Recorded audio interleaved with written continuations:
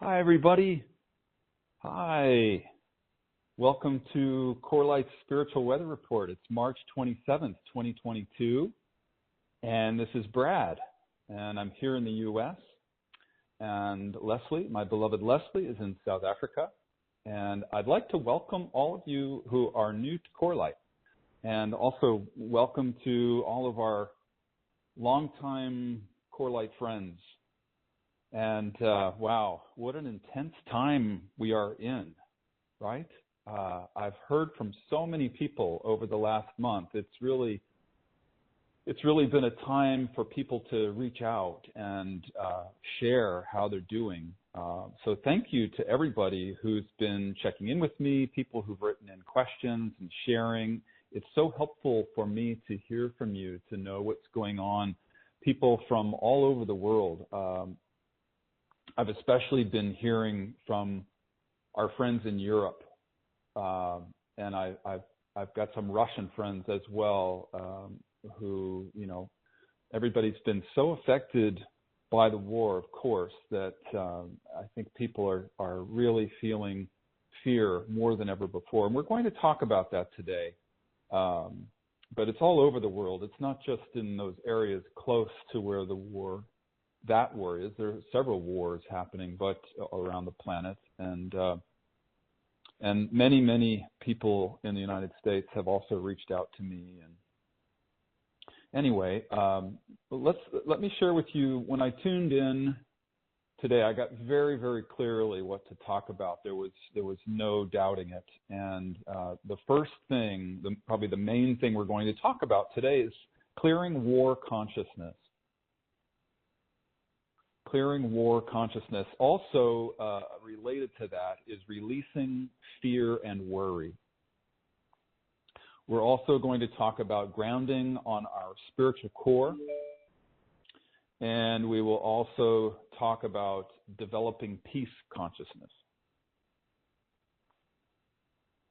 So for everybody who's new to the Spiritual Weather Report calls, this is how they work. I start by offering a guided meditation, and then I'll speak about the prevailing energies that are affecting us and also the spiritual principles that are most helpful to us right now. And then we'll have some time for questions and answers. And again, if you're new, I love to hear from you. I love to receive your sharing and your questions. And you can write to me at courses@corelight.org. courses@corelight.org. So please do share. And we close our sessions with a brief guided meditation or a prayer or an exercise or whatever we have time for. It's different every month. There's been so much to talk about lately that we've been running out of time. And if you need to leave, by the way, before the call ends, you can always listen to the recording later. We send out the link to our email list, and it's also posted on YouTube. So again, for those of you who might be joining us a little late, I just want to welcome you, welcome everybody. I'm looking at the caller board here, and I just see we have people from all over the world. There are many people from all over the United States, many different states represented, Germany, the UK, Guatemala, lots of Canadians, France, and more. And I just welcome you all. It's such a beautiful thing that we have this technology, that we can connect around the world. I absolutely love it. These calls with you are one of the highlights of my month. I just love being in the field with you, even though we can't be in the same room and it's not a live interaction with you sharing as well. And it's, just me talking. We create a field, and I feel you. I feel that field, and I hope you're feeling each other. That's what we try to do during the calls, especially during the meditations, is to tune in and feel that beautiful field of peace and love that we create. So I think without further ado, let's go ahead and start with our guided meditation. I know many people need to multitask during these calls, but this is the perfect time to just pause for a few minutes, maybe 15, 20 minutes, and we'll just relax and we'll just tune in. So I invite you to close your eyes sit down, get comfortable, and take a few long, slow, deep breaths. Just breathing in the light and the life force that surrounds you, and breathing out any tension that you might be feeling in your body. Breathing in peace and breathing out stress. Long and slow and deep inhale, breathing in the present moment, and breathing out any concerns, any worries about the past or the future, just letting it all go. Deeply, deeply relaxing with each exhale.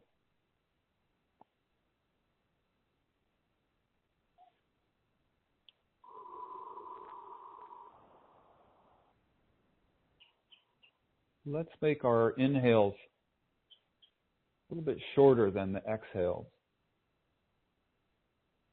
This is a little trick to help the body to relax more. This helps activate the vagus nerve, which largest nerve center in the body, which runs all the way down the center of the body.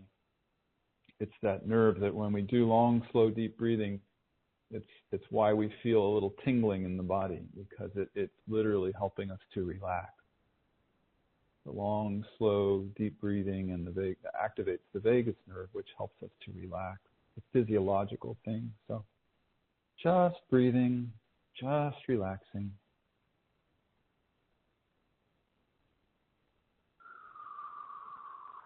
While you breathe, I'll just speak a little bit about the transmission that comes through on these calls.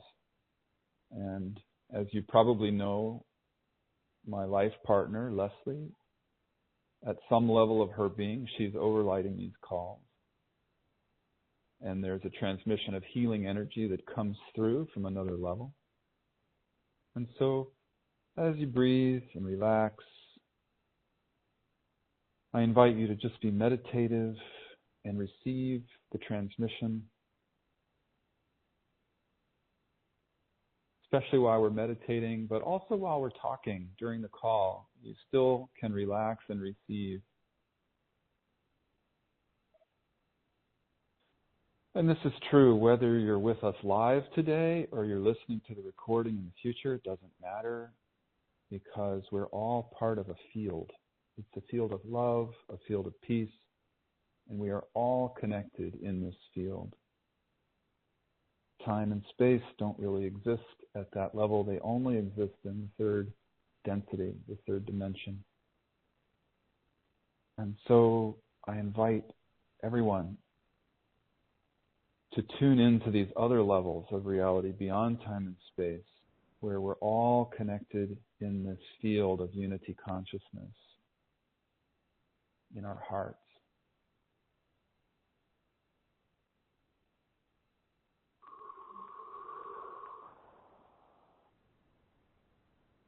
So let's begin with a muscular relaxation. The whole body. I invite you to visualize and feel a warm, viscous liquid pouring down over the top of your head like honey. And feel it relaxing all the muscles that it touches. Relaxing your scalp, pouring down over your forehead, over your brow, relaxing all those muscles, all the way down to the eyeballs, relaxing your eyelids, your eyeballs, your temples, ears, the nose, cheeks, mouth, jaw, back of the tongue, back of the head, neck and shoulders. Just feeling all the tension completely releasing as this warm honey pours over you.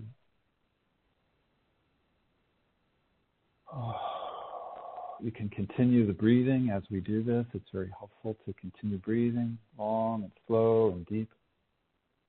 Let's just feel the honey pouring over the shoulders and down the arms all the way to the hands and fingertips, pouring down over the chest, relaxing all the chest muscles and the upper back muscles, all the way down the torso, relaxing the solar plexus. Let's focus on that for just a moment. We hold a lot of tension there in the solar plexus. So let's just take a long, slow, deep breath down into the solar plexus, all the way down to the bottom of the lungs, stretching just a little bit, very gently, and then releasing and feeling all that stale energy in the lungs, releasing out of your mouth. You can visualize it as like a dark smoke leaving your body, blowing out and drifting off into the horizon, far away. Let's do that again, taking a long, slow, deep breath all the way down to the bottom of the lungs, filling up, and just stretching the diaphragm gently, just a little bit, and then releasing.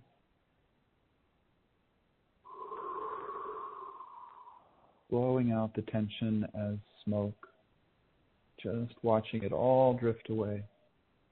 One more time. I'll allow you to do it without my speaking.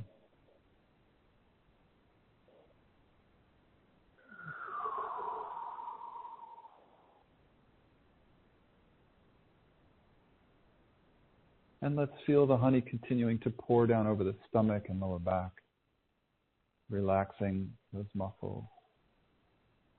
Relaxing your hips and your pelvis, your whole pelvic region, all the way down the legs, front and back of the legs, all the way down to the feet and toes.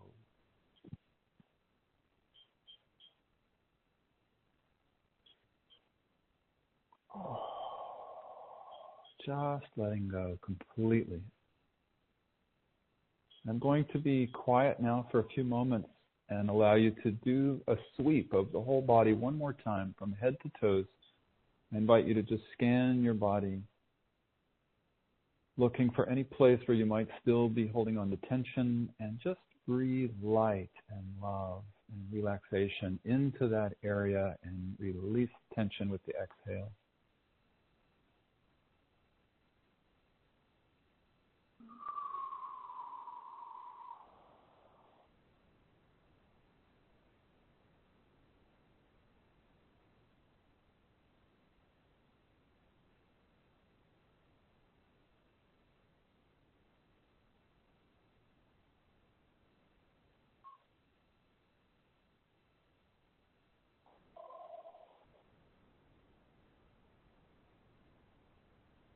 Now I invite you to put your attention on the root chakra.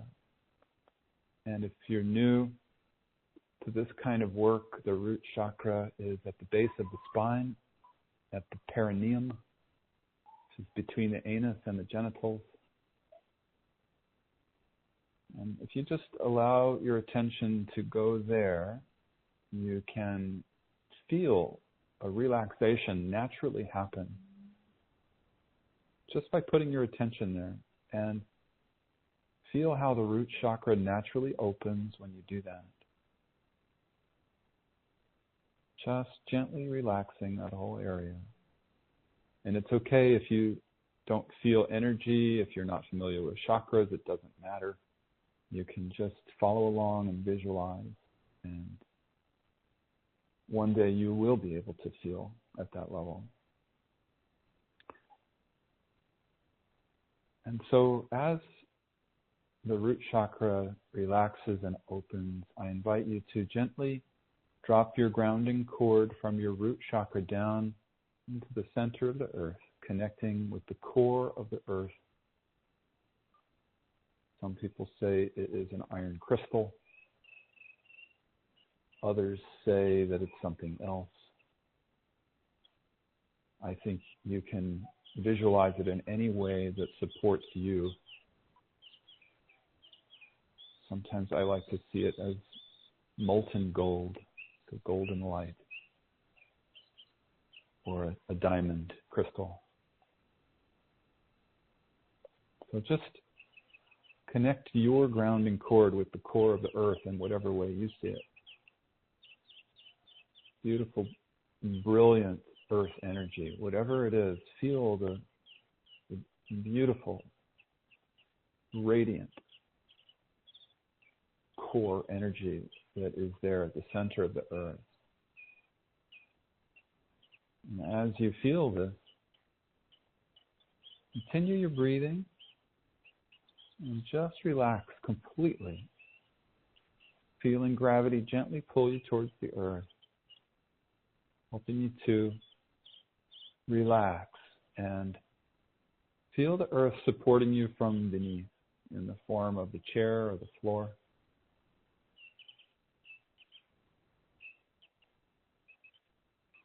Relax into the embrace of Mother Earth, just like a little baby relaxing into the embrace of its mother's arms, completely letting go.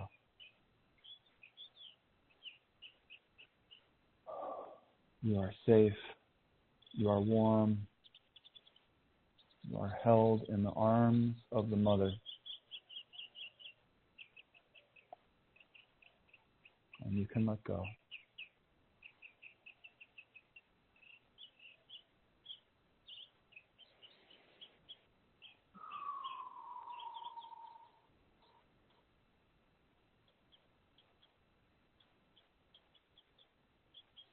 Continue to feel your connection with Mother Earth.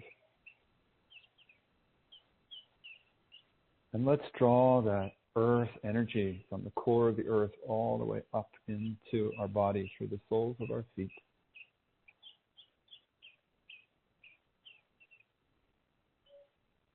Feeling how grounding it is, how it anchors us to the earth. As you draw it up into your body, feel yourself as one with Mother Earth.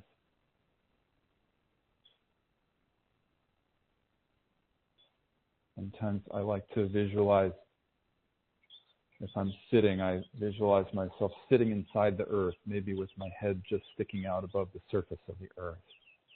Or if you're lying down, see yourself lying down in the earth with just enough of your mouth and nose outside to breathe. And feel how connected we are to the mother. We're literally made of, the body is made of the same matter that earth is made of. And when we drop these bodies, we slip them off like an overcoat, and we remain as pure spirit, but the body returns to the earth, becomes one with the earth again. So I invite you right now just to feel the truth of that, to feel the truth that your physical body is one with Mother Earth and the natural world.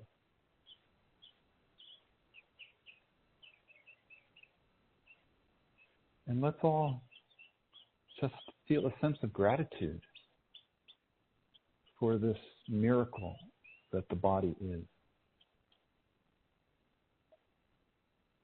This miracle of creation. It really is a complete miracle if you think about all the processes, the millions and millions of processes the body has going on at any one moment. Billions of tiny molecules that make up the body, the atoms. And that actually we're 99% space. That's really the miracle. I don't want you to go into your head about this. This is not about thinking. I'm just guiding you into an awareness. As you feel your body, this is a feeling exercise about feeling your body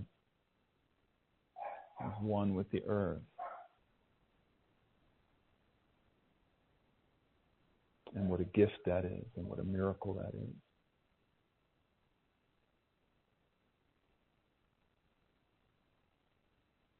And who is it that's aware of the body? Who is it that's aware of the miracle? Who is it that feels grateful?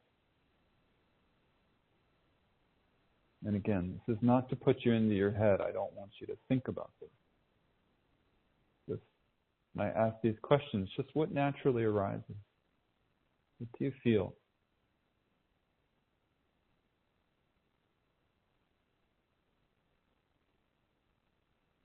Just feel the body and become aware that there's a part of you that's observing. It's observing the body. It's observing the earth. It's aware that you're feeling grateful, that gratitude is passing through you, that you're wearing a body. The body is not you. The earth is not you. The gratitude is not you. None of the emotions are you, because you are pure awareness. You are pure light and love and consciousness. And all the rest passes through us. You are a perceiver through which emotions pass, through which you experience the world, through those eyes and those hands, the touch, the nose that you smell with, the mouth that you taste with, the ears that you hear with. You are the perceiver, perceiving these amazing experiences, these beautiful, beautiful experiences. Beauty of nature, beauty of this planet. It's extraordinary.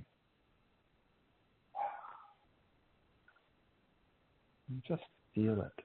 Just enjoy it. Just love it. Knowing that it's not you.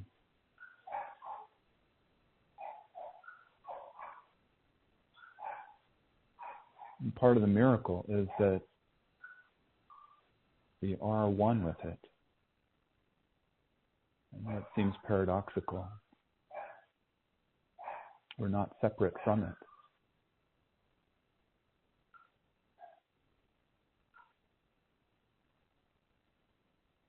The same energy, the spark of the infinite flame that we are, it's the same spark of the infinite flame that flows through all life, all matter.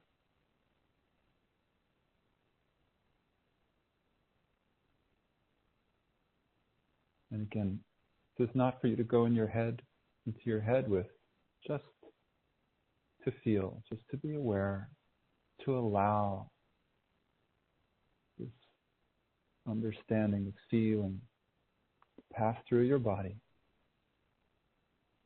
feeling your oneness, feeling your connection with the spirit that moves in all things.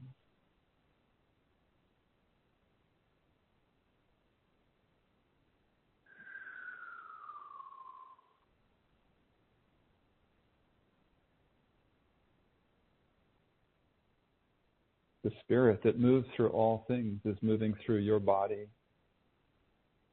through the trees, through the ocean,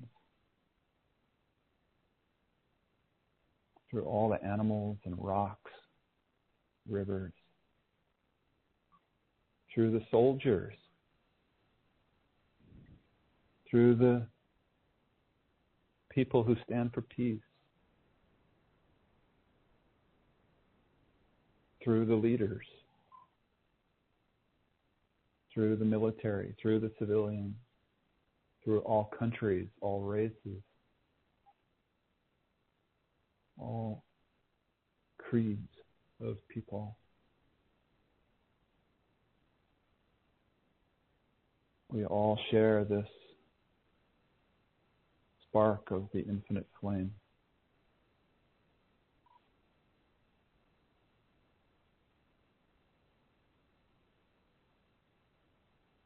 as you sit with this, as you breathe into this and feel this in your body, I'm going to say a prayer and an invocation for our call today.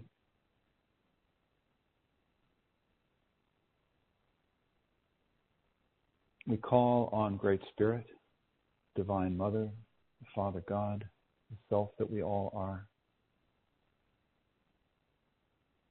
We invite into our sacred circle today all of the guides and teachers and beings who surround us in the highest love and support on the inner plane. We invite you into our sacred circle, and we ask that you please surround us in a cocoon of beautiful golden white light and love and healing energy.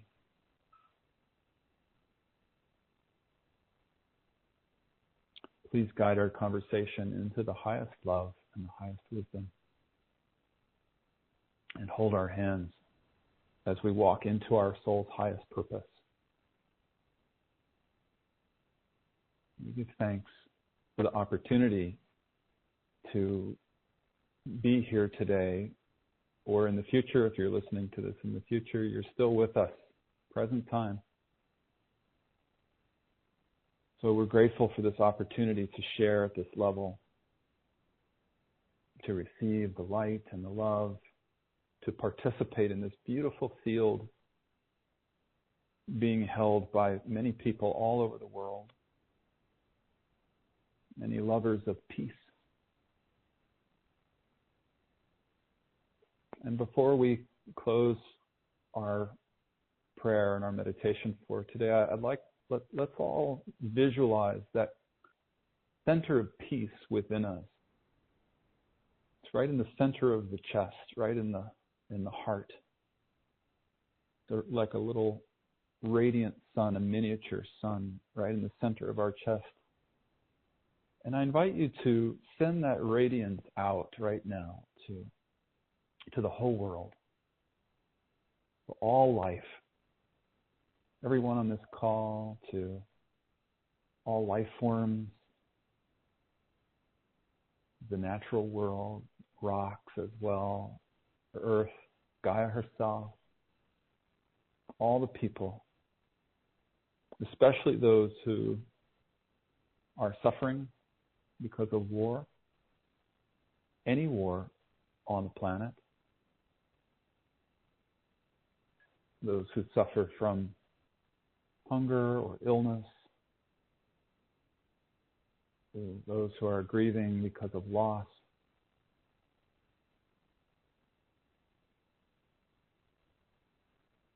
those who suffer for any reason. We are sending out our peace and our love in all directions.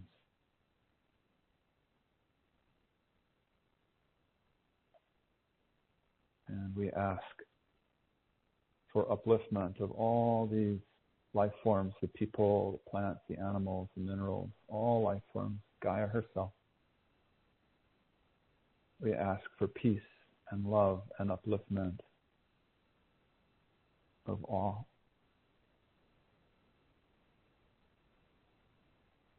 And we dedicate our call today to peace. Peace around the world. Peace and love. And joy. Let's throw joy in there as well. What the heck? And we give thanks, knowing that this is so. Allah.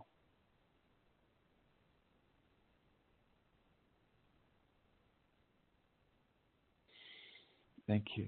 Thank you. Thank you.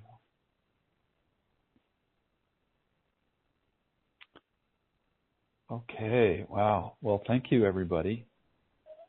I thank you all for joining today, for hearing the call and joining in. I'm very, very happy to be here with you.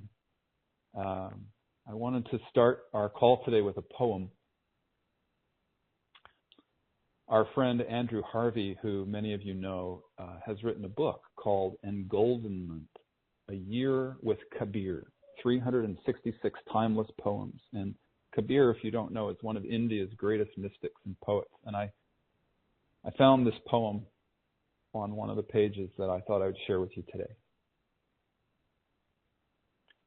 Nearly everyone's drowning in Maya's sea of dark fire. Can't you hear the screams? Can't you smell the smoke? Kabir says, beyond good and evil, beyond joy or misery, the light you are is as it always was and always will be.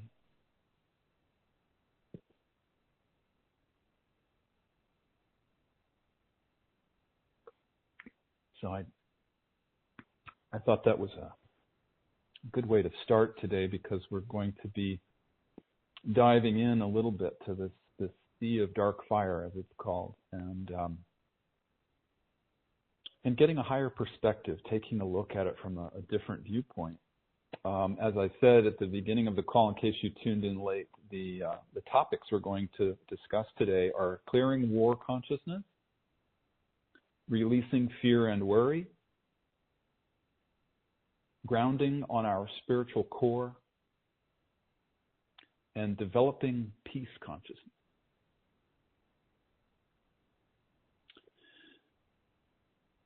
So let's start off by, well, actually, I think what we're going to do this month is something a little bit different. Usually we save the questions and the sharing for last, but I've heard from so many people about this one issue the past month, and it's what I keep getting inwardly that would be best to focus mostly on today. And so we're going to start by talking about clearing war consciousness. And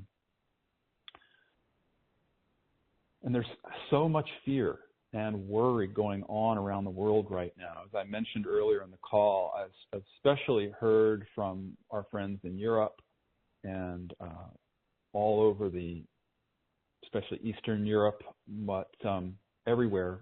I've heard from people everywhere about this. And, the fears are around nuclear war and the end of the world and the fear of a madman taking over the world and so on. And I understand, many, especially our European friends, are very concerned because the war feels so close to home there. And many people are wondering, like all over the world, people are wondering, what can I do? What can one person do? And I think we're all feeling a little bit helpless, and some people hopeless in the face of such an overwhelming situation. So that's why I wanted to talk about all of this today. And first of all, I want to say it's totally understandable that a lot of people would be feeling fear and worry around these things. What's happening with Russia and Ukraine is insane and horrific, and it's just such a nightmare what's going on there. And I know that we all feel so much compassion for those poor people and all the millions of refugees. It's hard to fathom. And we've heard the stories and seen the pictures. We're just bombarded with these images and the stories. And it's heart-wrenching. It's absolutely heart-wrenching. And so it's a very emotional time for everybody. And so if you're experiencing this, you're not alone. And it's totally natural that you'd be feeling all kinds of emotions, but especially fear and worry.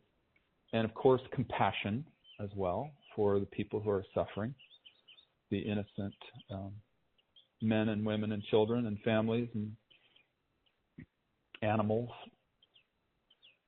So we're in a crisis. The world is in a crisis. And in Chinese, the word crisis also means opportunity. So let's remember that this is also an opportunity for us to step more and more into our awakening. And I think all of the things that we're going to discuss today will help us to see the opportunity for awakening that we're being given during a time of crisis. And so, just for the record, I know there are a number of people who are coping really well right now. And I know that we're in the minority, but there are some people who are just not feeling so much of the fear and the worry and not getting stuck in the horror of it all, but more focused on the compassion, more focused on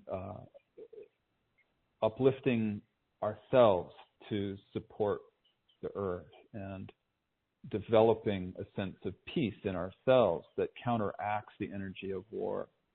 And even practicing joy, increasing our joy quotient and doing more of the activities that bring us joy, which is a very brilliant way of being proactive about raising the vibration of the planet.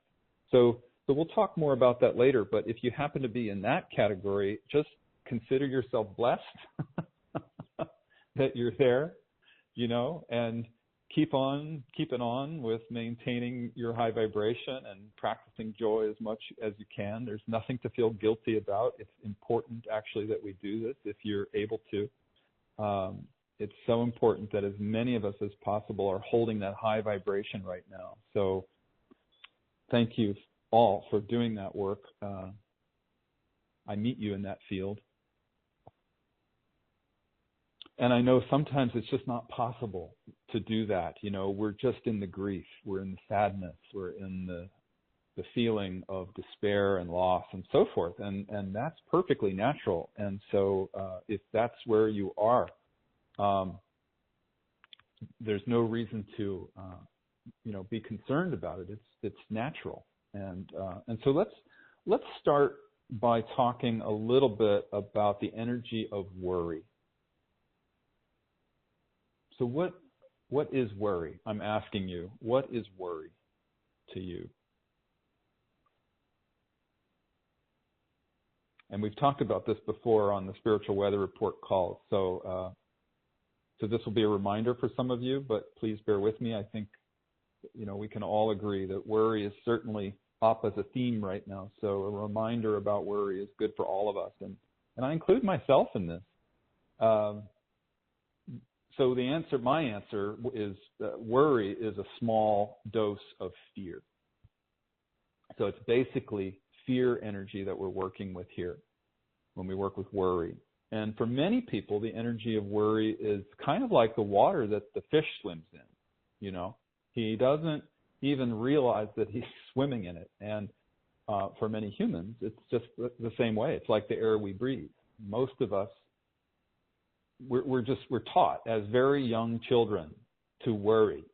Our parents and the school and the media and so on, we're taught to worry about whether or not we're doing everything right. Are we good enough? Are we smart enough? Are we obeying well enough? And we're even graded on how good we are. We're rewarded for being good, and we're punished for being bad, and we're taught that we're superior if we're good, and we're achieving enough, and we're following the rules, and we're compliant with the authority, and we're taught that we're inferior if we're not good enough, and we're not compliant enough, and et cetera. So we're programmed very, very heavily from a young age about all of this, and of course, we learn to worry about it, enough so that we don't really think about it anymore. It's just a way of thinking and a way of being in the world. And so I think just to recognize that that's the milieu, that's the water that we're swimming in as fish. That's the air we're breathing as humans. And we're also taught that to worry is to love. So if I love somebody, of course I need to worry about them. And if we're not worried about people, then we must not love them very much. And of course, all of that is nonsense, because that is based on the premise that fear is love. And in fact, the opposite is true. Fear and love are opposites. So how can that possibly be? How are we taught this? It's part of the craziness of our world. So our wiring is all crossed from all of that heavy programming that we've received, and the brain is mixed up. And so on this journey of awakening, we're working at deprogramming. We're working at untying those knots in the mind and retraining those neural pathways in the brain. And so just to be clear, I'm not suggesting that we should all start feeling bad because we worry about things. I mean, that would also be completely ridiculous and counterproductive. I'm not suggesting that we start self-flagellating because we worry too much. We'd be worrying about worrying. So no. All I'm suggesting is that it's good to bring a witness to all of this, to just name what's happening and to become more aware of it. And that is the first huge step in the deprogramming process. So it's a great practice throughout the day to just stop when you think of it and examine your thoughts and scan the energy in your body and ask yourself, am I worrying right now? Am I carrying any energy of worry right now? And just notice what you feel. Just become mindful of it. Feel it in your body if you can. And if you feel it there, just acknowledge that it's there. And then gently you can allow it to release and leave your body and leave your mind. And it's actually a very simple process. It's just that we need to remember to do it. And the more often we do it, the more successful we are at releasing it and not living it out and not carrying that energy of worry around with us all the time. And we start to become more mindful of this water that we're swimming in. And we don't have to engage with it, and we don't have to let it run our lives.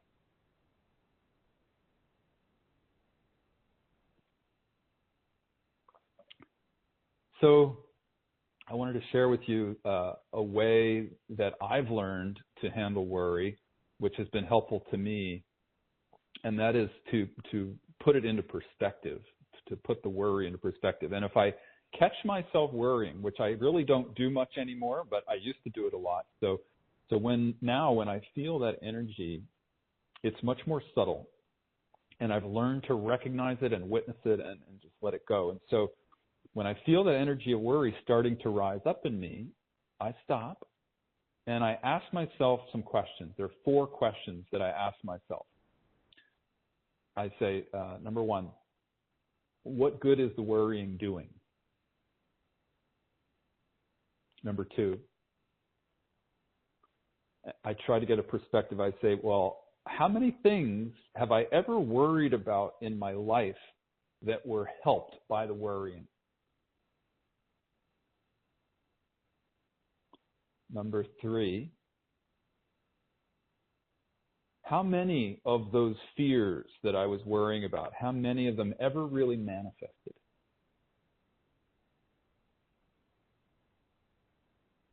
And the 4th one is, I realize like almost none, maybe none, I think none of the fears ever manifested. So the question is, does the worrying even matter at all?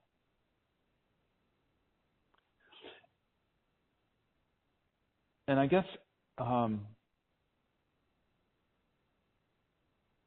it's helpful for me anyway. I don't know if this will help you or not, but for me it's helpful in clearing the worry to look back at all the worrying I've ever done in my life.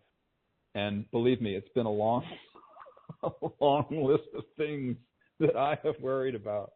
I look at all the things I have felt responsible for, even in childhood, and I know that this is true for many people, maybe not for everybody. But like I spoke about already, worrying about not getting good grades, not measuring up, not being good enough, not getting enough approval, not fitting in, et cetera, et cetera, et cetera. So we're all taught to think this way. And so I look back on all of that worry and I realize what a colossal waste of time and energy it is. I mean, none of the things I was ever worried about have ever come to pass.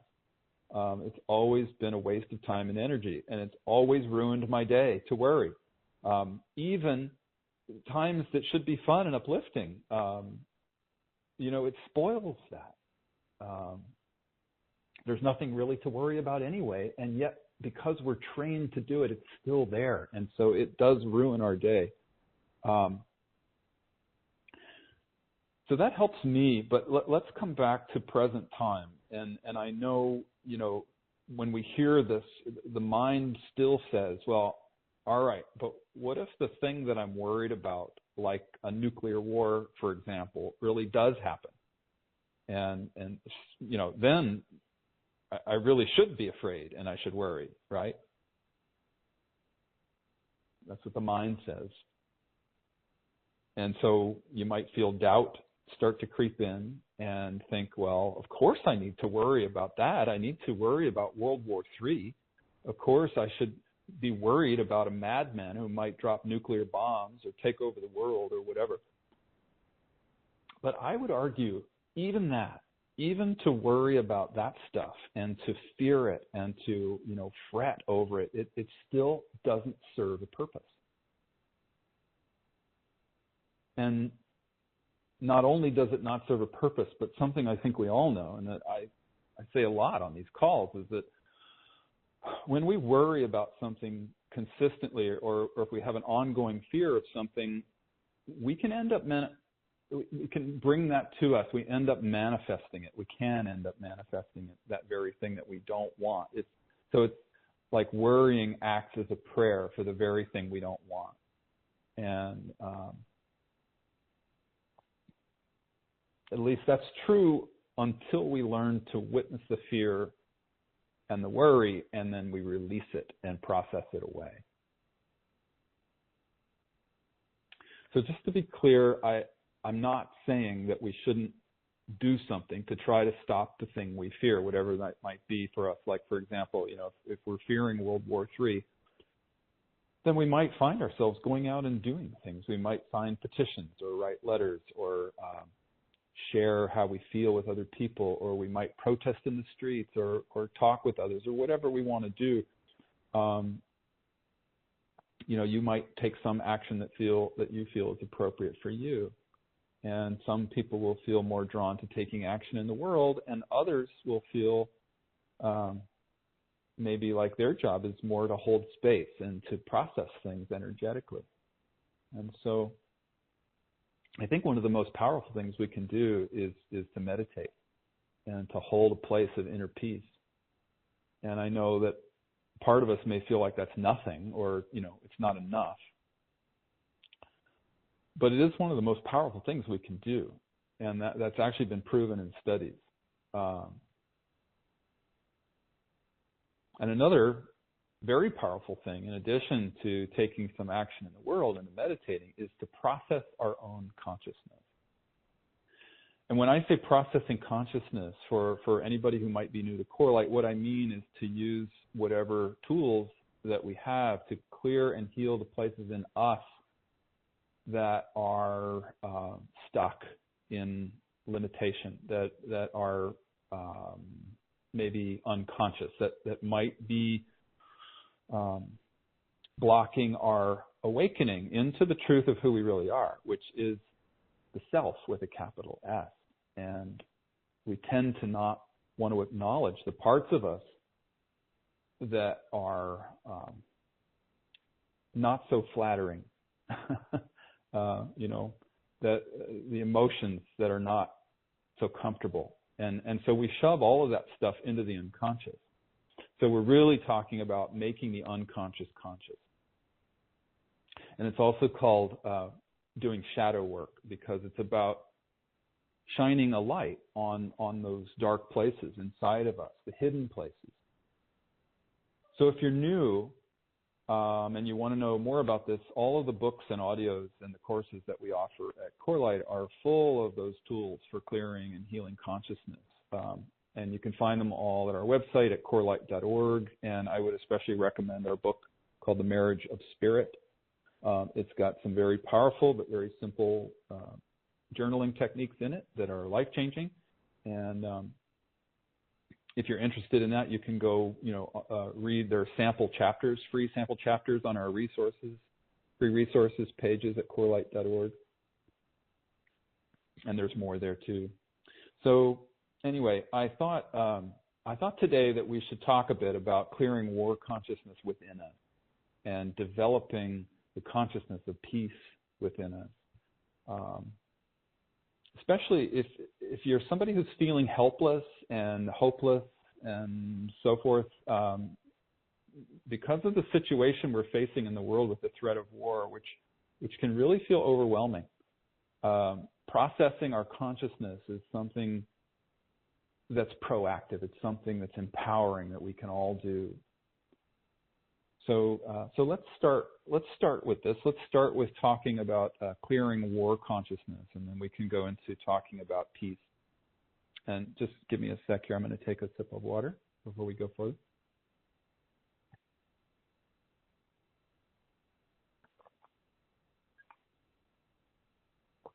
Okay, so I think as most people know, at least if you've been around CoreLight for any length of time, or if you've read The Marriage of Spirit, we operate on this ancient spiritual principle that is the outer world is a mirror of our own unconscious self.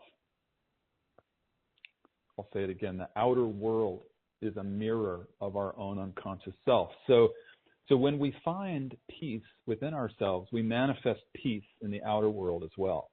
And that's the basic principle. That's why CoreLight, if you look at our logo, the tagline is change the world by changing yourself. So if we want to clear war consciousness, we need to look at the places inside us where we might be holding on to anything related to war consciousness. And I know if we're on a spiritual path, which I assume probably everybody on the call is, it's easy to think that we don't hold war consciousness inside us. I mean, we want peace, right? We don't want war. So if you're listening to the call, then obviously you're a lover of peace, and you probably already made some pretty deep commitments to peace, inner peace, outer peace in the world. And for the most part, that's true. But I think the thing that we're going to talk about today is that it can get pretty subtle. And so I would guess for most people listening to the call, it's probably pretty subtle stuff that we're talking about. So at a very subtle level, any place where we're holding on to, I would call it separation consciousness, that would be a good place to start focusing, because war is just a very gross manifestation of separation consciousness. So let's talk about what that really means. What do I mean by separation consciousness? I think one of the root beliefs within us that causes the separation consciousness is the belief that I'm not enough. When we believe that we're not enough, we try to fill that hole inside us with things from the outside. And so we might, try to become an overachiever, or we might try to make a lot of money, or success of some kind, or we might try to find relationships with people who we think will fill the hole inside of us, or whatever it is. This is the human experience. We're always searching for our missing pieces. We're always looking for our other half.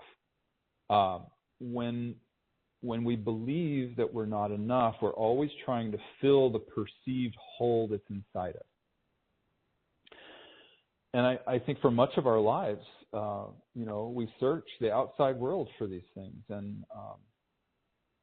And unfortunately, the truth is none of those external things is really ever going to satisfy us. I mean, they might satisfy us for a little while, but I know you all know this, but when the bloom falls off the rose and we start to feel empty inside again, we just keep searching for more. And that's just the nature of the ego's programming. And that egoic programming, the patterning, repeats itself ad infinitum until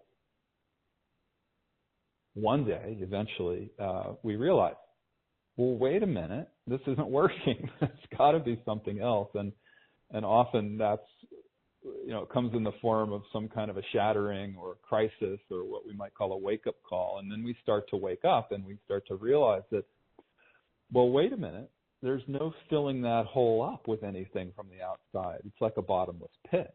We can only fill it up from the inside. And then the realization starts to dawn on us, oh, we need to fill up ourselves. We need to it's an inside job. We need to fill ourselves up. And so as we follow that journey in our evolution of consciousness, in fact, we start to realize we're not empty. We're not empty inside at all. We start to see that that belief of I'm not enough is completely false, completely erroneous. But meanwhile, until we see that it's a false belief, we still keep trying to fill up by getting more from the outside. And so, as we know, what's true for an individual is also true for a collective, because a collective is just a group of individuals. So when there's a whole country full of people believing I'm not enough, that's what can lead to things like governments trying to take the resources of other countries and militaries trying to protect the borders of their own country, me, mine, more, and so on. And so it's easy to see how these inner belief systems like this one can lead to war. And again, it's subtle. I'm talking about subtleties. And so it gives us incentive to identify those erroneous belief systems and to work on healing them within ourselves. And that's how we help create the peace in the world that we want to see.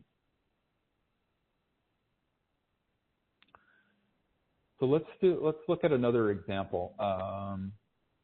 Another example of separation consciousness that leads to war is, we talked about this last month. We talked about how easy it's been the past couple of years to divide, to divide our lives into camps where we, family members are separating and old friends are separating based on any number of issues. And, the two most basic examples have been wearing masks versus not wearing masks and getting a vaccine versus not getting a vaccine. So if you find yourself still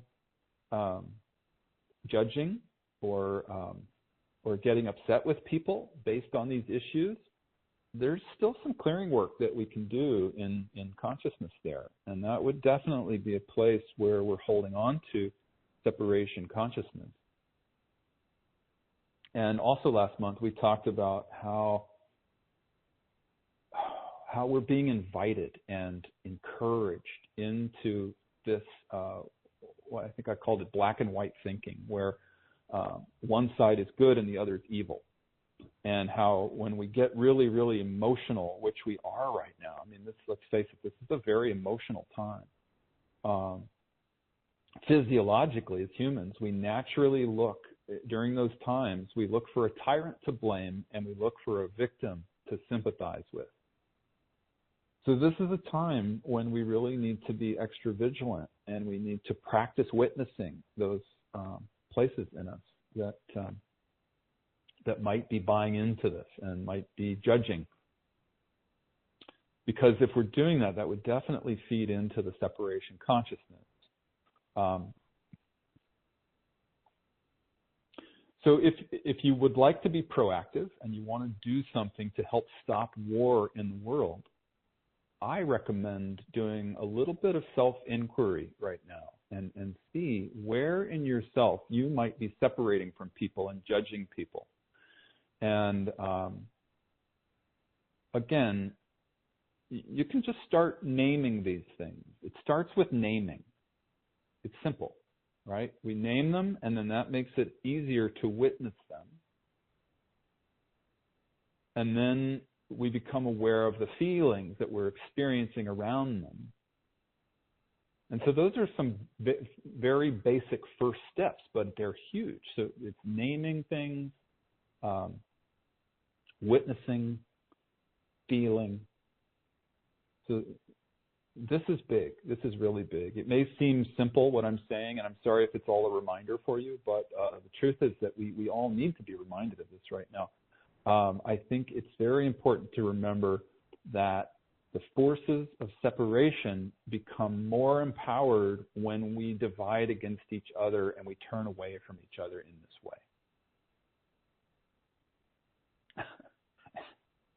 way. in case you haven't noticed, the forces of separation have been working overtime lately. Have you noticed that? So let me throw this out to you. It's just spontaneously coming to me here. If you come up with any more realizations along these lines, some like I've given a few examples here, but if you discover more belief systems that we hold that can lead to war, I would love to hear about them. And if you have some, if you get some insights, if you're doing self-inquiry, would you please share them with me? And again, you can write to me at courses@corelight.org. I think doing this self-inquiry work is a very, very powerful and proactive way that we can help with clearing this collective war consciousness and creating peace on the planet. And I know that part of us might think we're powerless and helpless, but that's not the truth. The truth is that we are incredibly powerful. We can create what we want to create. We literally are creator gods, each of us. And so doing the self-inquiry work is a way of stepping more into that power. And that's how the change begins, is, as trite as that may sound, the change begins inside of us.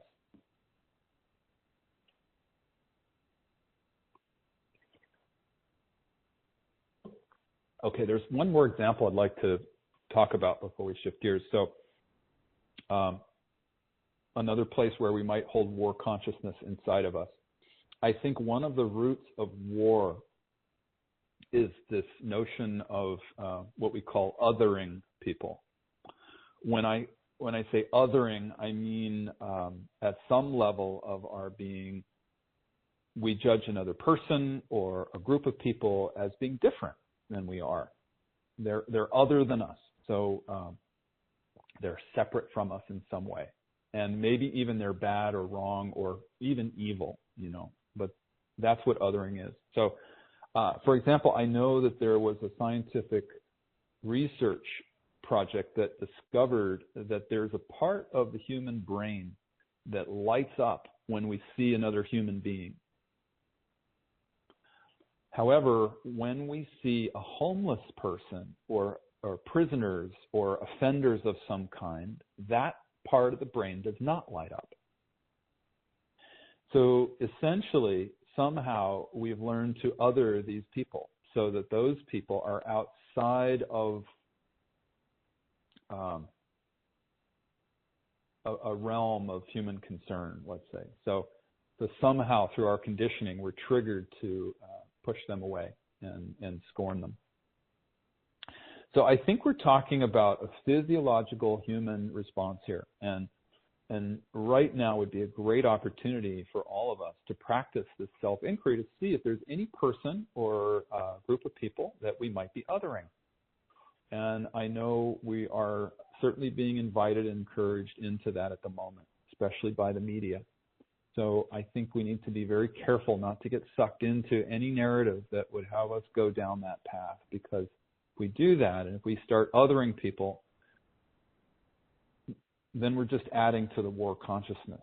And I know that's not what we want. We want to clear it instead. So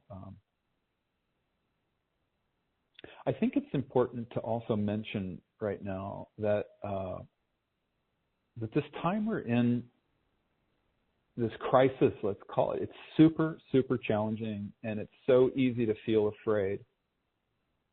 And yet, this really doesn't need to be about judging, what leader is good and which one is bad, and it's not about which narrative is right and which narrative is wrong. It's not about information at all, really. It's trying to figure out what narrative is right or wrong and what leader is good or bad, and focusing on all the details, who said what and who did this or that, and all those kinds of details. They're completely a distraction. Getting sucked into all that stuff is such a distraction from why we really came here. And it's a distraction from how we can help birth this new paradigm of the heart that we came here to birth. War consciousness, war itself, they're part of the insanity of the old paradigm. War is insane. It doesn't work. It doesn't bring peace. War just creates more war. War is how higher dimensional beings define what they call a level 0 civilization. And that's where we are on Earth right now. We're considered a level 0 civilization, and we're moving towards a level 1 civilization. And a level 1 means peace, means a peaceful civilization. There's no war in a level 1 civilization. And there are civilizations in the universe that increase in number all the way, way up there, all the way up to where there are, civilizations where everybody's an enlightened being, where they all know themselves as source energy, as creator gods and goddesses.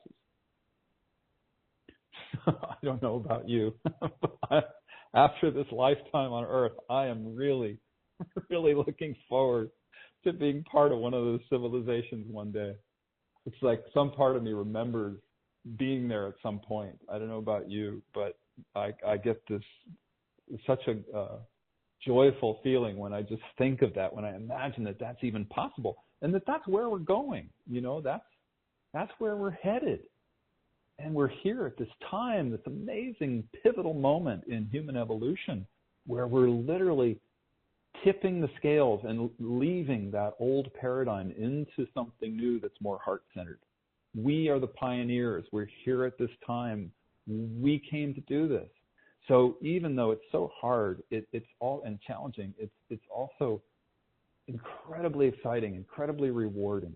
And I'm here to remind you of that in case you're really having a difficult time right now, which so many people are, I know. So I think our task right now is just to focus on clearing war consciousness within us as much as we possibly can and developing the consciousness of peace. This is the pivotal moment that we're in human evolution. Excuse me for a second. I'm going to take a sip.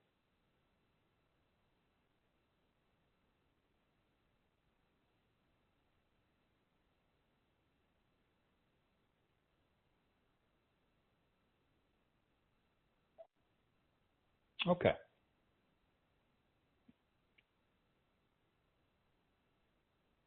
Are you still with me? I know this is a lot.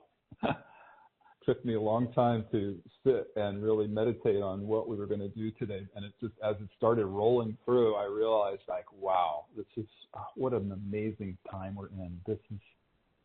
We have such an opportunity right now. Excuse me. So just before I shift gears to another subject, I just want to be clear. I know that a lot of you who listen to the Spiritual Weather Report and are part of the CoreLight community are empaths, or at least many of us are very sensitive people. And so as empaths and sensitives, we tend to take a lot of responsibility for what's happening in the world around us. That's just natural. And in fact, sensitives and empaths are well known for taking too much responsibility.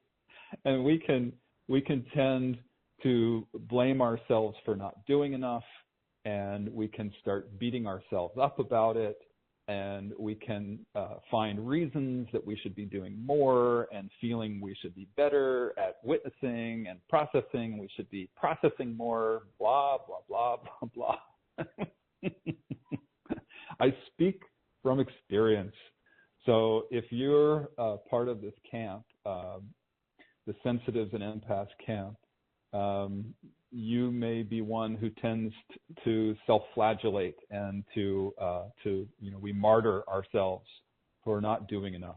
And I know, let me say this as well, I know especially mothers and especially animal lovers We all have a tendency to do this. I mean, I'm not a mother, I am an animal lover, but we tend to care for our children and our animal companions so much that we overgive sometimes and we martyr ourselves because we always feel like we could be doing more. And then we get to blame ourselves and punish ourselves if we feel like we're not doing enough. So if that's you, this is just a quick reminder to just let all of that go. It is not the truth. It is not who you are. This is your daily reminder, maybe your monthly reminder, just do the processing work without judging yourself, without blaming yourself up, without beating yourself up at least, for the issues that you see in the world around you. Okay, so I wanted to talk about grounding on the core because it is so important. It's essential right now that we learn to trust ourselves, that we learn to trust in our own powerful connection to spirit. And that means we need to learn to ground on our core. And I can share a little bit about what I mean by grounding on the core in case it's new to you. We've talked about it a little bit in the last few months, or was it a few months ago? I can't remember. And I'm going to offer a course on this subject soon. It's actually our original course was the first course Leslie ever taught, and it's called Spiritual Warrior Training. So more on that. Stay tuned. But we're at the point where it's more difficult than ever to ground on the things of the world. You know, our money, our jobs, our homes, our relationships, the systems of the world that we've always relied on, like the economic system, the government, the media, medical system, people who we put in positions of leadership, or who claim positions of leadership. What's true and what's not true. All these things, these are the things that we used to be able to ground on, and it's not so easy. And I would add even the future of the Earth's ability to sustain life seems like it's hanging in the balance. So we're living in these times of radical change. And I think no matter how old you are, I think we can all agree that for as many decades as we've been alive, the pace of life has continued to accelerate, and it's building to the point where it seems to be reaching a kind of crescendo. And who knows what that crescendo is, what that's going to look like. I think everybody fears that it's a breakdown of some kind. And I think we're also all desiring for it to be a breakthrough. And we're being encouraged to go into the fear and the separation more than ever before. So if any of that resonates with you, this is a great time to do a little extra self-inquiry practice around this particular polarity, actually, of breakthrough and breakdown. In fact, you know what would be great is doing a square on breakthrough versus breakdown. We could all do that square for home practice over the next month. Wow, that would be very empowering. All right, well, I'm throwing that challenge out to you. Between now and the next call, why don't we all do that square? And let me know how it goes. Write to me and let me know if you felt a shift and what you saw. And if you are new, if you don't know about squares yet, it's just one of the simple journaling techniques that I talked about earlier. It's incredibly powerful for shifting consciousness. And I was just talking about processing consciousness. And so the squares are just one way that we offer to do that. And I'm not going to explain it now because we don't have time. And I know many people listening already know how to do a square, but I think for today, why don't we at least name the four corners of that square? And if you are new and you want to know more about squares, you can go to the Marriage of Spirit book. There's this chapter on squares there, and that's on our website, CoreLight.org. But for today, even if you don't know how to do a square, really often we just say the best way to learn how to do them is just by doing one. So we'll just sort of dive in and this will be real quick. We won't be going deep into it, but let's just get this started and see how it goes. Okay, so the four corners of this square would be, first corner, desire for a breakthrough. And that's the easy corner, I think. We all want a breakthrough, right? So that's pretty easy. Second corner is the fear of a breakthrough. That one might be more unconscious for many people. I mean,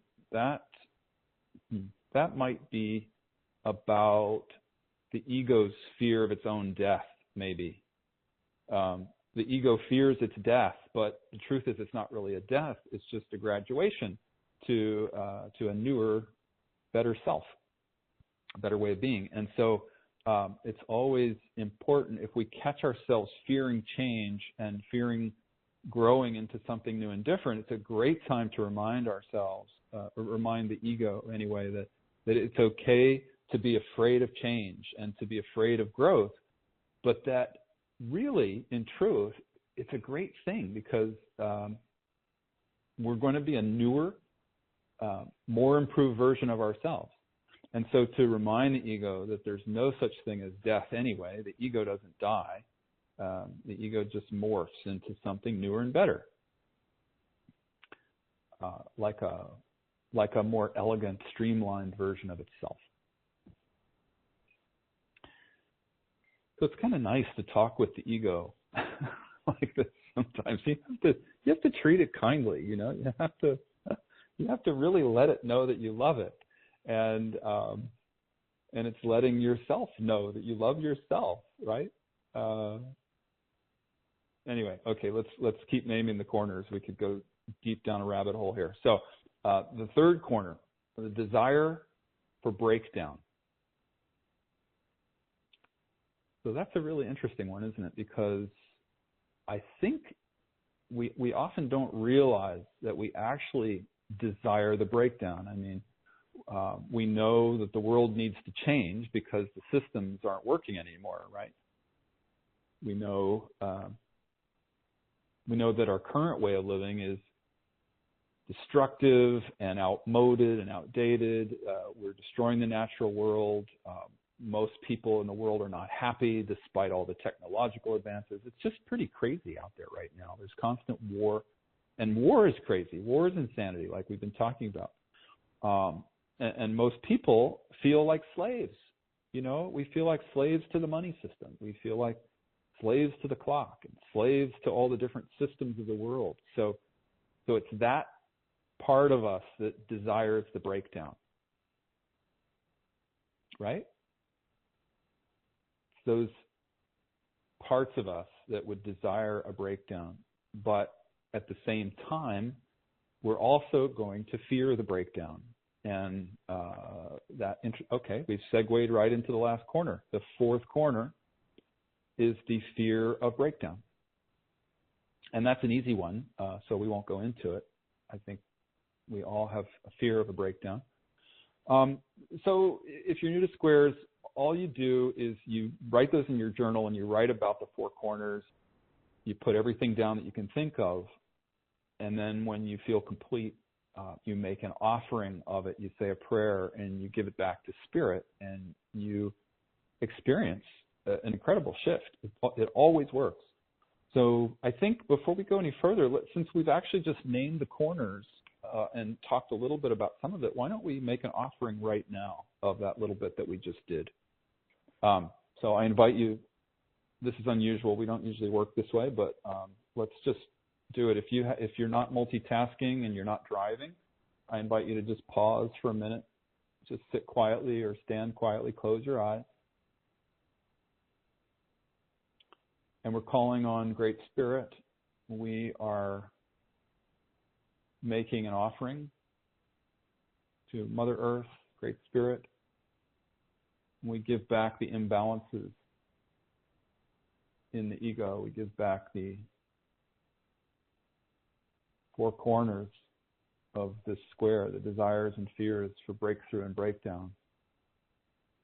And we're asking to be free.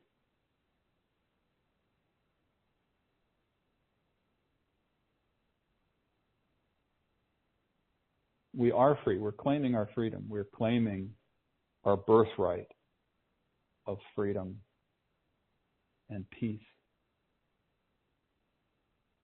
and a joyful, loving life.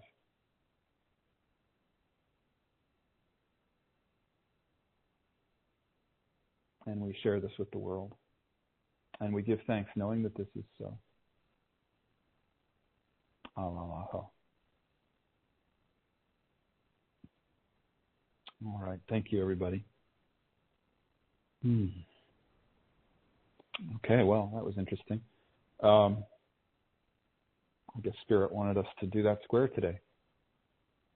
But there's more to do. We just skimmed the surface. So I would invite everybody to do that over the next month, as we talked about. So I'd just like to go back to talking about grounding on our spiritual core. That's where I was.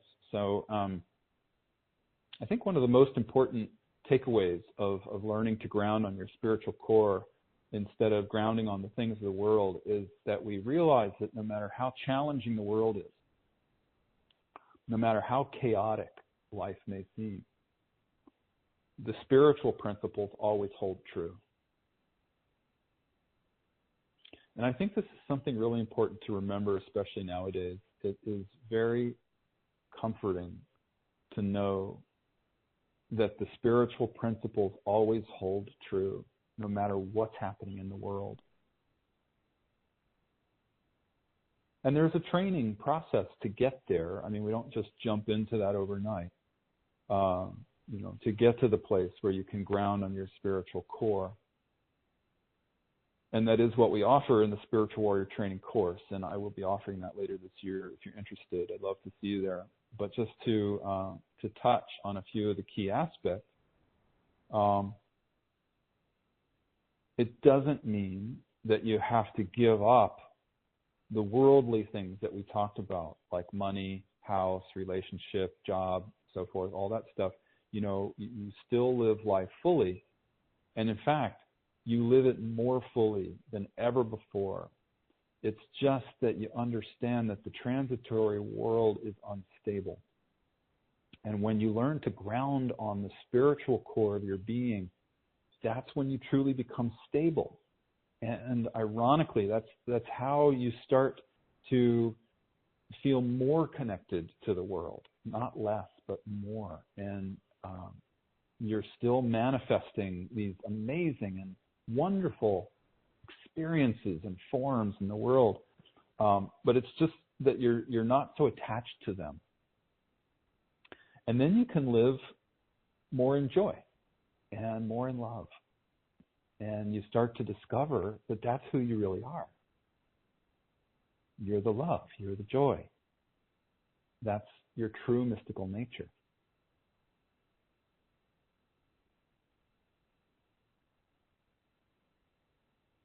So I think that's a good place to shift gears. We could go on, but I'm looking at the time.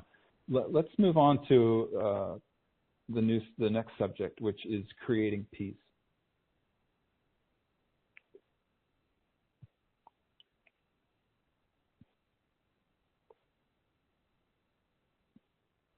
So I think, excuse me, I think one of the big truths of this issue is that the wars are created by governments, not by the people. Most people, the vast majority by far, I don't know what percentage, but probably 99 point whatever percent of the people are very kind and loving and peaceful. And, we just want to live a happy life. And I think when individuals from one country meet individuals from another country they usually try to find connection, not separation. If you've ever traveled internationally, or if you've ever met international travelers in your own country, you've probably experienced this. I know I have many, many times. And there's just something innate inside us as humans that we want to connect in the heart with other people, not hate them or separate from them. And it's like we talked about before, it's that part of the brain that lights up when we see another human being. You know, the scientific research shows that. And it's true when we're born, you know. When we're born, we're naturally loving. People have to be taught to hate and to separate, because hating and separating don't come naturally to us as humans. And that's the othering thing that I talked about that's learned, you know, where the brain doesn't light up for certain kinds of people. This reminds me, this whole brain lighting up thing reminds me of a sweet little story. When I was, I've been invited to speak now and then at the Orphan Center in South Africa that our humanitarian arm, Seeds of Light, helped start many years ago. And English is not the kids' first language. And in fact, most of them don't speak any English at all. So there's always a translator translating what I say into their language, which is Shangani. And so when I speak to the group of kids at the Orphan Center, I usually take the opportunity I say to them, there's one universal language. And I ask them if they know what that language is. And, you know, of course, it's kind of a trick question, and they always say English. And when I say, no, it's not English, they look confused, you know, and then I say, the one universal language that everyone on earth speaks is the language of love. And, you know, to see the looks of realization on their little faces and the beautiful smiles that these children who have nobody and nothing, you know, they have these radiant smiles and light shines out their eyes. And so, sorry, always make me cry when I talk about this, because I know through that experience that they recognize that truth in their hearts. And I think we all do. I think we all know that truth. I think we recognize the truth in our hearts that the one universal language on earth is love. And I think that we naturally recognize a truth like that in something because we already have it inside us. We already have truth and love inside us. So if we didn't have truth and love inside us, we wouldn't be able to recognize truth and love when we see it or feel it outside.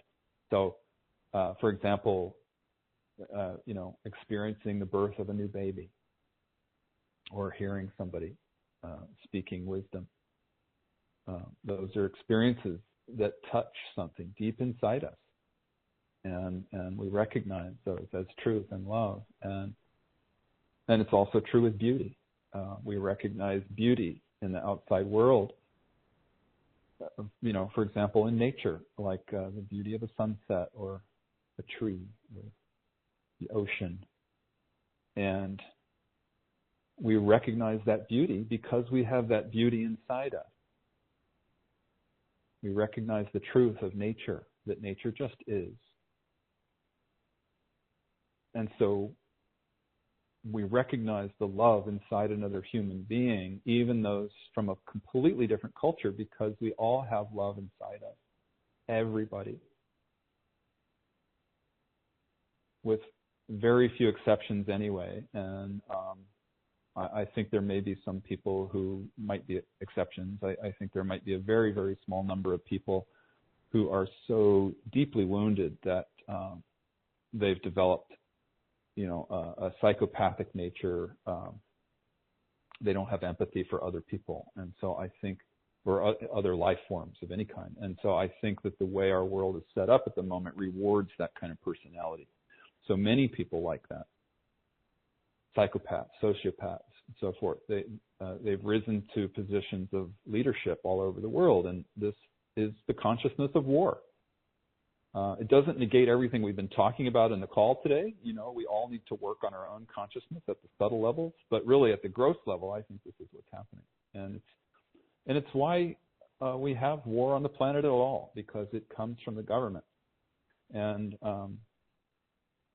like we've been talking about earlier, you know, there's the phenomenon of othering as well. And so if we've been taught to other somebody, then we lack compassion for them. And in fact, we scorn them. And that is also war consciousness. So I'm not trying to blame governments. I'm not saying that. We're all responsible, everybody. But I think it's important to name these things.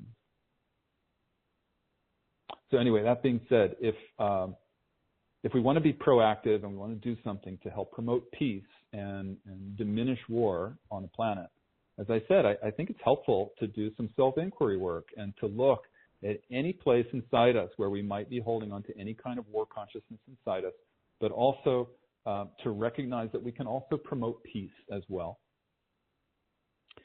And I think that there's a field of peace that we create in the world around us when we develop this deep inner peace that I'm talking about today. And when we develop that, then other people feel it and they pick up on it. And we share it with them just by being in the world. We don't even have to do anything. We don't have to teach. We don't have to speak. Nobody has to know what's happening. We just radiate peace. And it creates a field that's all around us, and it gets shared automatically with everyone. It's just by osmosis. All of our thoughts and feelings are shared. And so when we develop that inner peace, it's just natural that that happens. And like I said, all we have to do at that point is just be. You know, we are human beings, so we can just be, and that's enough. And we talk often on these calls about how to develop inner peace. So I'll just give a quick reminder for today, and then I think I'd like to close. I think we should move on to the questions. I'm looking at the time. So just a few quick reminders about developing inner peace. And just like I said, all of these things I'm about to list, they are in addition to doing the inner clearing work, which is essential really to have real inner peace, to make that possible. So making the unconscious conscious, practicing witnessing, using any shadow clearing techniques that you have, those are the main things that we all need to be doing to create a solid foundation that we can build a life of inner and outer peace on.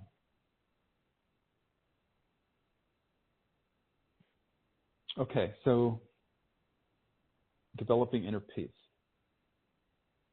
So the first thing is that inner peace begins with the relaxation of the body. And that's why I always start our spiritual weather report calls with a guided meditation, because we often forget how important relaxation of the body is. I've heard it said that you can think of enlightenment as just a very, very deep relaxation.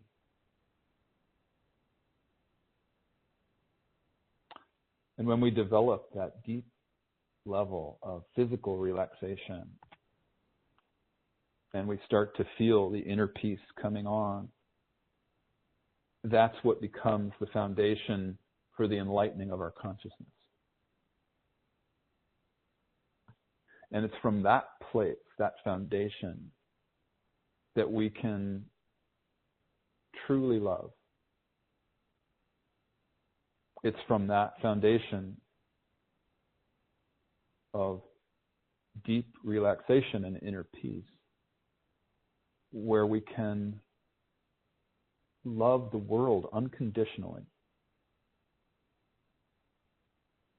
And we can love ourselves unconditionally.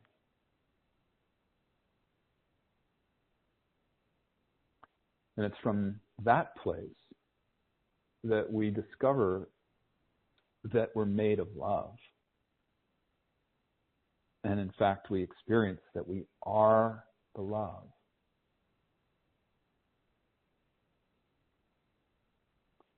And then it's from that place of just being love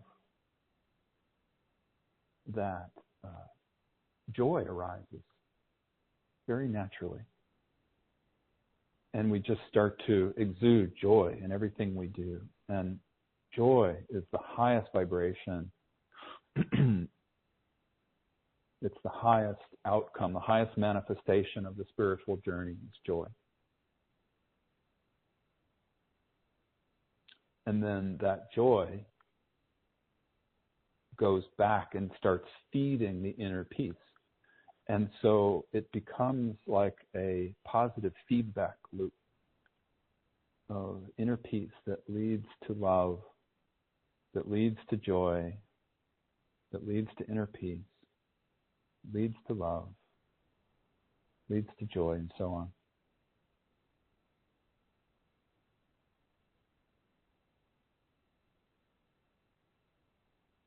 So, okay, I think on that note, I think we should pause at this point and do some of the questions. I've been talking for over an hour, so hope you're not sound asleep. Oh, okay, let me just get back to my notes here where some of the questions are. We had some really, really lovely questions and sharing coming in this month. And in case you're new, the way this works is you can email your questions in advance to courses@corelight.org. And if you're on this web call, you can type in your questions on the Q&A board, and those will be for the next month's call. It's not possible for me to answer all the questions, but I do read all the questions, and I get to as many of them as I can.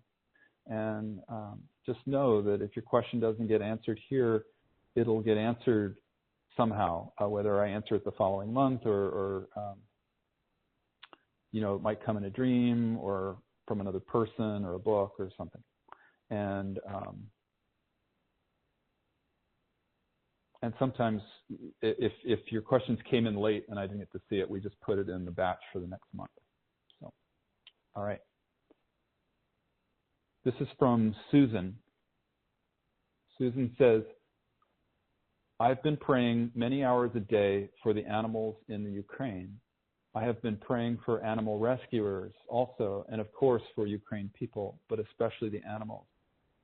I've been sobbing deeply at the stories I hear, even the successful rescues. I got exhausted with hours of visualizing healing for injured and traumatized animals and got COVID. Thank God it was not a severe case, but it was a pretty bad case. My question is, how do I know if praying constantly and sobbing helps or harms the animals? My sole purpose has always involved animals, praying for them. I feel my prayers are powerful, but the sobbing and the deep grief is very difficult. My heart has never been so huge and open. Well, first of all, Susan, I just want to say thank you. I feel your love and your compassion, and I know many other people on the call are also feeling the same thing that you are. And I'm so sorry to hear that you got COVID. I'm glad to hear that you're coming out of it. But it's so painful, isn't it? The grief is so intense when we see other people suffering, and especially animals.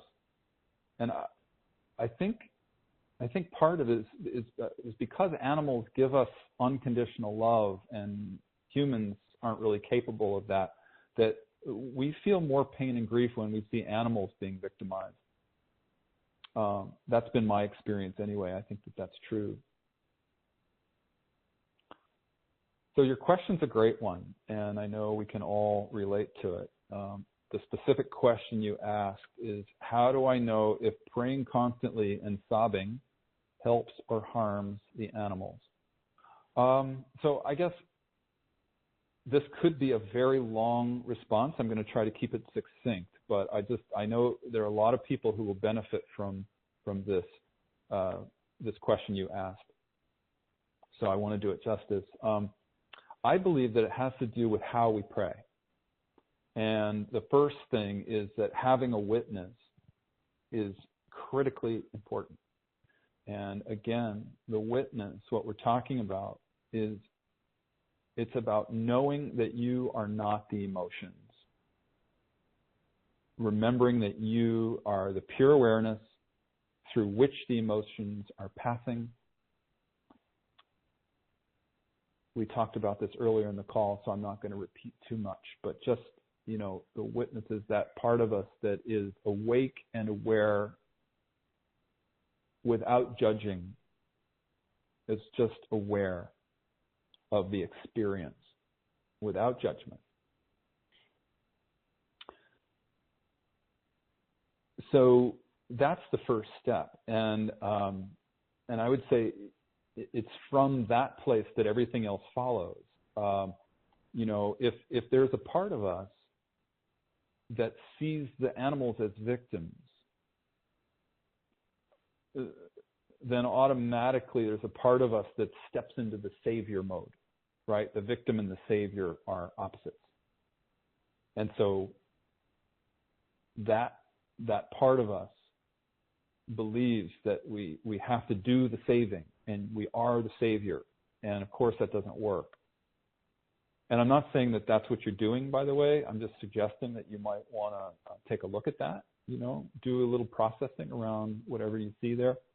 I feel like it's important to remember that this dynamic of victim savior, and I would add tyrant in there. It's the victim tyrant savior dynamic, because the three go hand in hand. When there's a victim, there has to be a tyrant, and there has to be a savior. You can't have one without the other two. And that's part of an old paradigm. It's polarized. It's part of the duality, and it does not see the bigger picture. The bigger picture is that at some level of our being, we know we're not these bodies.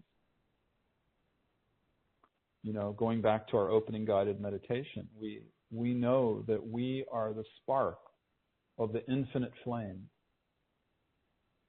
and that one day we flip these bodies off like overcoats, and they return to the earth, and we remain as spirit. And that's the higher truth. Well, let's not use higher, because that implies lower, and that becomes dual. So let's just say there is a truth that's all-encompassing, that helps us to hold these experiences of suffering. So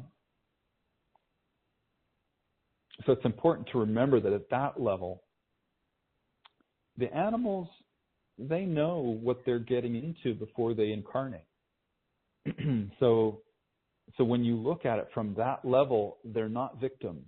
And even though I know that that's very hard to hear, and I hesitate to go here on this call, but at the third dimensional or the third density level of being, of course, they are innocent victims. And even to say this, to talk about it in this way, can seem very uncompassionate and cruel and cold. And I don't want you to misinterpret what I'm saying, so I hesitate to even talk about it. But since you asked, I feel compelled that I need to share this piece with you. And so I guess then, if that's true, then we all start to wonder why. What could the purpose of this kind of suffering and horror possibly be? Why would the animal soul choose to incarnate into this? And if there's no such thing as a victim, then why do we, as humans as well, choose the suffering that we sometimes go through? like all the horrifying images and the stories we've been hearing about the Ukraine, all the suffering of the men and the women and the children. War is just a living hell. And, a part of us would probably even get angry when we hear somebody say that there's no such thing as a victim. And that's understandable. So, of course, it's okay. There's a part of you that's angry to hear that. I understand. No worries. I do think it's important, though, that we take a big step back and look at the bigger picture here. There's an example I can give. I remember when Leslie and I and some friends first started our humanitarian arm, Seeds of Light, in South Africa back in the year 2000, when the AIDS pandemic was at its height. It was just, people were just learning about it, and there were millions of orphans, and there was just so much suffering. And I remember there was a hospital ward with all these little tiny emaciated bodies, these little infants in their cribs or whatever you want to call them, incubators, some of them. And, some of them were 2 years old and they looked like they were 6 months old. And there was just this horror unfolding. And I remember Leslie was just crying. And even with her enlightenment, her heart broke and she was still crying. And she asked her guide, she said, why? Why would any person incarnate into a little body like that to have that suffering happening? And her guides explained to her, they said, most of these little precious beings, the souls, quote unquote, that are in those bodies are actually not souls, they are angels. There are angels who come into these little bodies, and their purpose, their sole purpose is to, soul, S-O-L-E, not S-O-U-L, their sole purpose is to help open people's hearts. It's to help compassion birth in our world. And so I remember that so well because it made so much sense to me. And I thought, wow, there's a bigger picture here. So when we see what looks like terrible suffering, it does, and we take a broader perspective on it, we're not negating the suffering. We're not negating the pain that the little being is feeling. But we are having our hearts opened. We're seeing a bigger picture that angel, that little being, that little body and the angel that inhabits it is not a victim. It's here to support the opening of the global heart, to touch other people's hearts with compassion, to help compassion birth in each of us. So I share this with you because to me, it helped me to shift my mindset, my perspective around all of this. And so I know that everyone is having trouble watching the pain and the suffering of the people and the animals of Ukraine. So just remember that there is a purpose behind this. There's a greater purpose, and part of it is to help birth compassion in the world.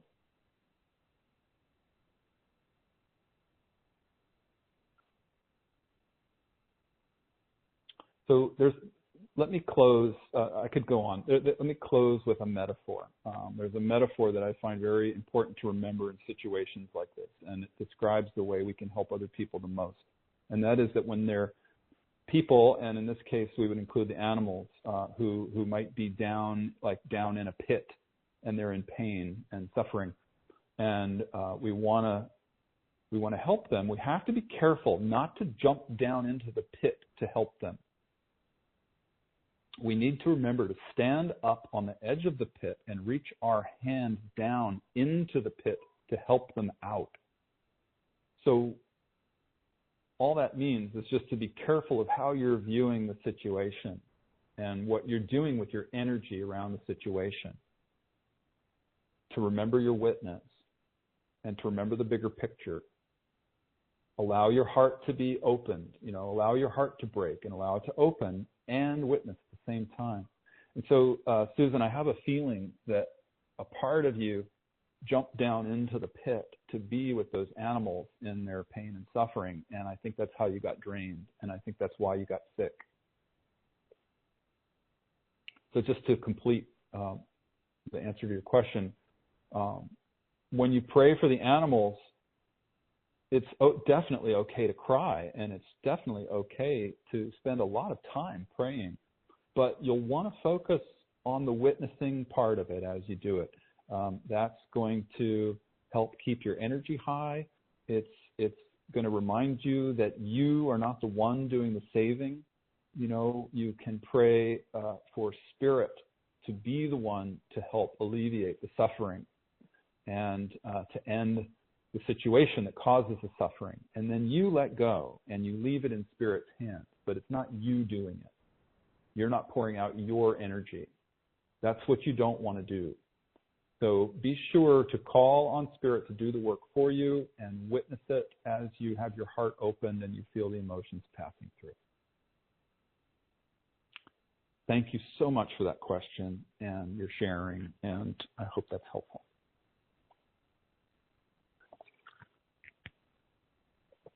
The next question is from Becky.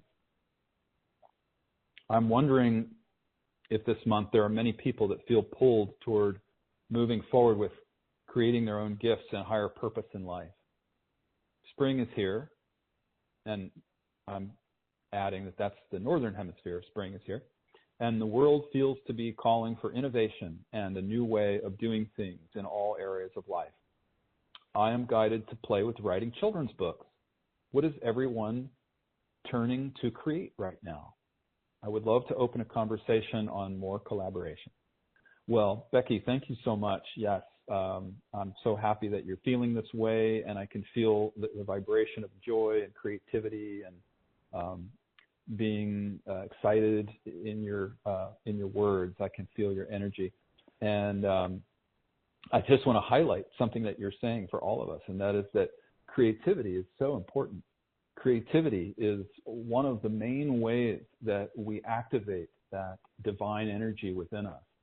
So I've always been recommending for months and months, I've been recommending to everybody to find some way to be creative, even if it's little. You don't have to write a book if that feels too overwhelming. You can just doodle. You can just sing. You can dance. You can move your body or make a painting or, I don't know, get creative. Do whatever you want to do. But the creative energy, when that starts moving, we're literally moving the divine flow and the life force within us. And it really helps us to rise to our highest vibration. So the creativity is so important. The collaboration is so important. You talked about collaboration. Whenever we're connecting with other people in community, that also lights the brain up and it makes us happy for the most part. So it brings joy, it keeps the vibration high. And I think what's happening is that you're tapping into the energies of the new paradigm of the heart that is birthing right now. And, even though it's a challenging time because we're also witnessing the breakdown of the old, it's critical that we also tune in to the birthing of this new paradigm of the heart. We are the midwives. We are the doulas of the new paradigm of the heart. And part of the way that we can help the most with that is maintaining a high vibration. And whatever it takes for you to do that, that's how you should be spending your time. So creativity, doing anything you can that brings you joy. So thank you, Becky. I wish you luck with your children's books and your playtime, whatever you choose to do. Thank you for sharing.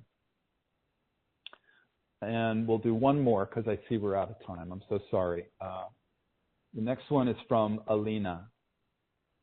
And I've abbreviated her question. Alina, I got your whole question. I did read it, and so I'll make it a little shorter for everybody. My question is about the dark emotional time I experience every year between February and March. It is always a deeply challenging time for me emotionally, and it usually involves significant relationships.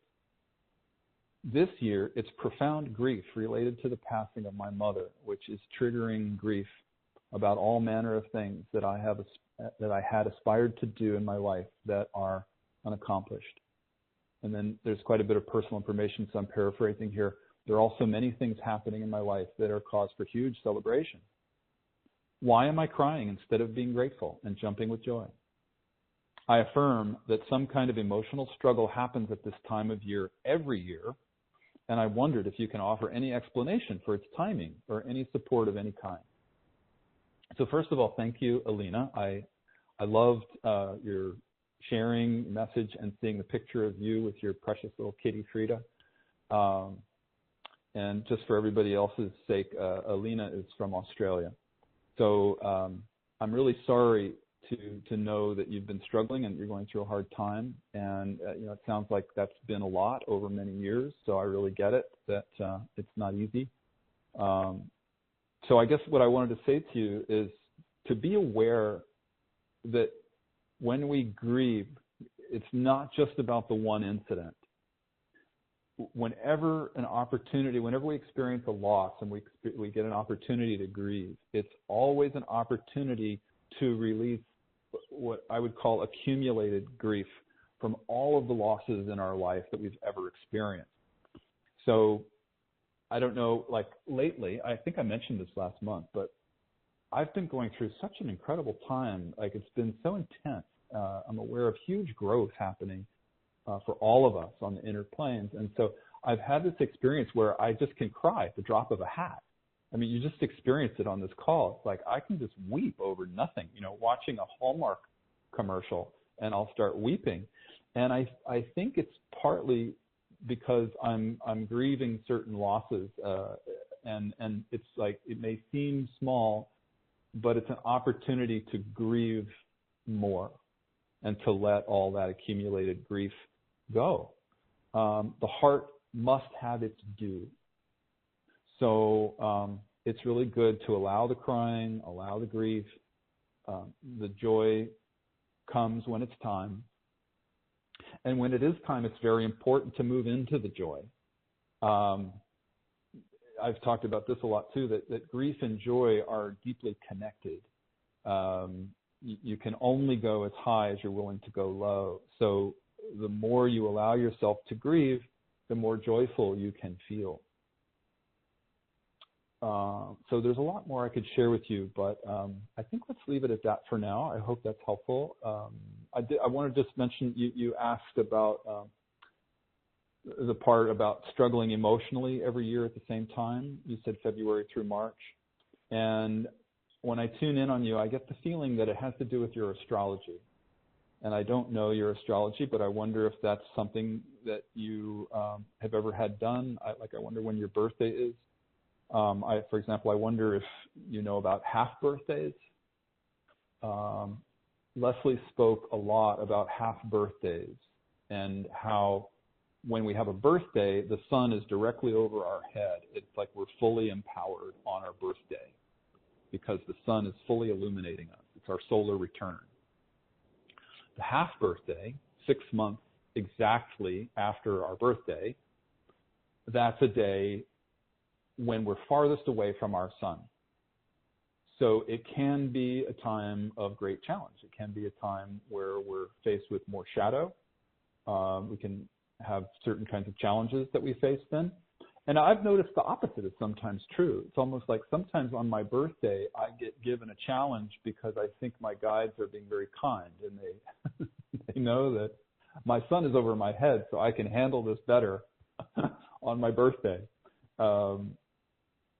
But anyway, I think it can go either way. If that interests you, Leslie gave a talk on it, which is actually a video on our free resources page at CoreLight.org. If you go to our free resources page and go to the video page, I think it's the last one on there. I can't remember.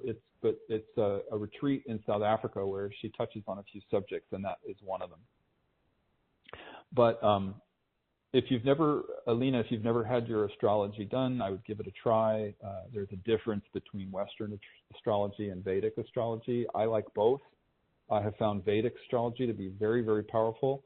Our friend Stephanie Austin, who sometimes comes as a guest speaker on these calls, she does Western astrology, and she's amazing. So she's at Eco Astrology. You can Google Stephanie Austin Eco Astrology and get a reading with her. It might help you to understand and somehow prepare for whatever's happening for you at February to March. And lastly, there's one little thing that I just want to add. I found it very interesting what you asked, because I remember something Leslie talked about long ago when I first met her. She always said that the month of August is a time that can be very challenging for many people. And she described it in a way, and I can't remember everything she said, so forgive me. She didn't actually talk about it at length, but all I remember her saying was that it's a time when we can be put through energetic challenges. We can have processes, emotional processes, shadow processes coming up in August. And she never explained to me exactly why that was, but she said something about it's a time when the guides, the benevolent beings who guide the planet, will institute certain changes. And actually, I think it has something to do with the fact that September is the equinox, and it's a time when great change happens. That's a big change. And so I think August is a preparation for that change. And so that's when certain processes are instituted for the collective. So I say that because what's interesting is you talk about February, March, and that's exactly opposite, 6 months opposite of August, September, and you're in the southern hemisphere. So I wonder if Leslie was referring to the northern hemisphere, and maybe the southern hemisphere gets it more in February, March. And I don't know. That's a question. I'm just positing that, so you can meditate on that and see what you get. I hope it's helpful. All right. So we've gone a couple minutes over, and I apologize for that. So why don't we close for the day, and I'll just say a brief prayer to close us out for the day. So I invite you to get quiet. If you're multitasking, this would be a great time to just pause for a couple minutes. Sit or stand quietly, close your eyes. Just take a few long, slow, deep breaths.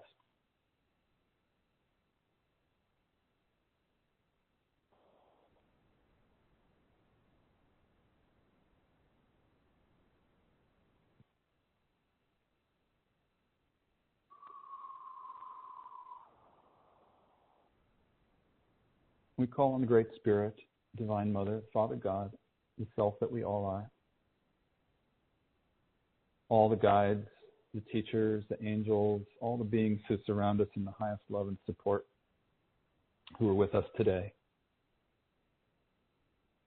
We bow to you in gratitude. Thank you for the gift of love, insight. Thank you for supporting us. We offer our gratitude for this time to share that we've shared together, this time to be together in the field of love. We're grateful for the opportunity to wear these bodies on our beautiful, beautiful blue planet, this virtual reality called Earth. Seems so real.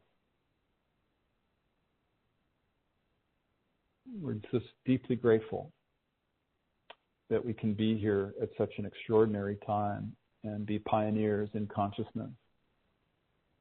We ask that you hold our hands as we face the challenges of the roller coaster that we're on.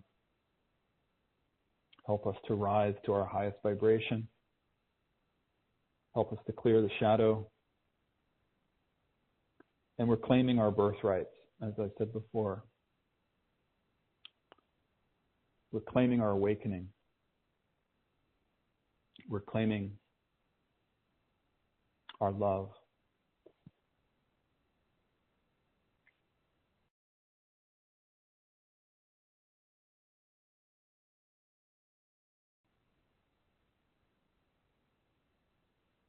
We claim our joy.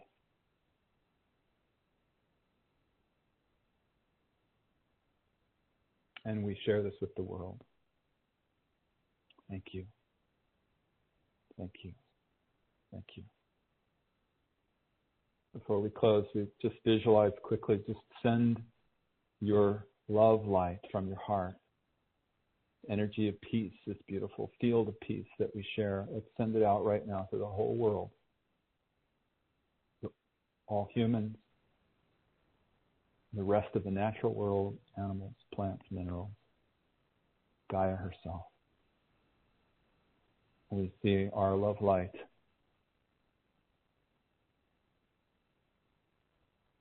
as one with all that is, in spirit and in matter. Thank you. Thank you. Thank you. Aloha. Thank you, everyone. I love you. I'm grateful that you showed up, and I look forward to next month. So be well.